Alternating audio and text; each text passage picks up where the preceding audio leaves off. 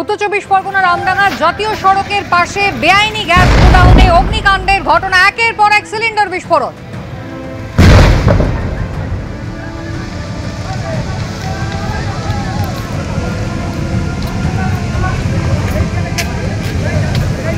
ঠিক জাতীয় সড়কের পাশেই বেআইনি গ্যাসের গোডাউন, যেখানে অগ্নিকাণ্ডের ঘটনা ঘটেছে। একটার পর একটা সিলিন্ডার বিস্ফোরণ হচ্ছে ভয়ানকভাবে, একেবারে জাতীয় সড়কের গায়ে লাগোয়া এই গ্যাস গোডাউন।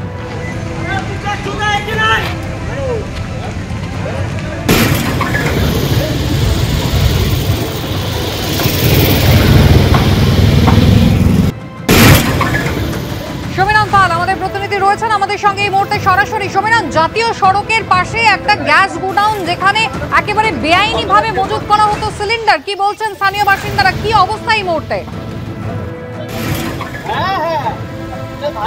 দেখো, দুপুর 2টোর কিছু পরে উলুডাঙ্গা মোড় 34 নম্বর জাতীয় সড়ক লাগোয়া সেখানে একটি বেআইনি গ্যাসের গোডাউন, সেখানে একেবারে রাস্তার পাশে সেই বেআইনি গ্যাসের গোডাউনে আচমকা আগুন লেগে যায়। আমি ক্যামেরাম্যান ইকবাল হোসেনকে দেখাতে বলবো এই সেই বেআইনি গ্যাসের গোডাউন, সেখানে এই মুহূর্তে দমকলের 2টি ইঞ্জিন কাজ করছে এবং প্রচুর সিলিন্ডার মজুত।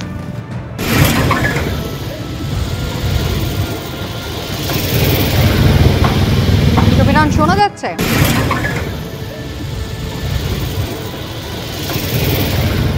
যান্ত্রিক ত্রুটির কারণে সমীরণ পালের সঙ্গে আমাদের যোগাযোগ বিচ্ছিন্ন হয়েছে। ছবি দেখছেন, কি ভয়াবহ ঘটনা, একেবারে জাতীয় সড়কের গায়ে, যেখানে গ্যাসের গোডাউন বেআইনি ভাবে চলতো এবং স্থানীয় মানুষ অভিযোগ করছেন যে পুলিশি মদতে দিনের পর দিন এই গ্যাস গোডাউন এখানে রয়েছে, যেখানে বেআইনি ভাবে সিলিন্ডার মজুত করা হতো। আজকে ভয়াবহ অগ্নিকাণ্ড, একটার পর একটা সিলিন্ডার একেবারে বোমার মতন বিস্ফোরণ হচ্ছে।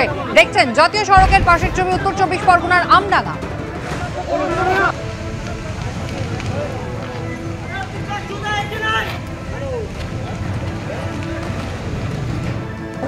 দীর্ঘদিন ধরে এখানে গ্যাস মানে বাজেয়াপ্তভাবে এখানে ট্যাঙ্কি লোড করা হয়।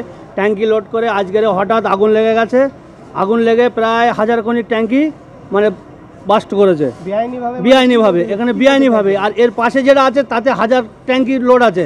বেআইনিভাবে কি করে এখানে গ্যাস মানে নিয়ে সাপ্লাই করে, এখান থেকে গাড়ি সব নিয়ে বেআইনিভাবে সাপ্লাই করে, এখান থেকে গ্যাস কাটাই করে। পাশে বিএসএফ ক্যাম্প, পাশে বাড়ি আছে, পাশে স্কুল আছে। হ্যাঁ, তার জন্যে প্রশাসনও পয়সা খায় যেতে।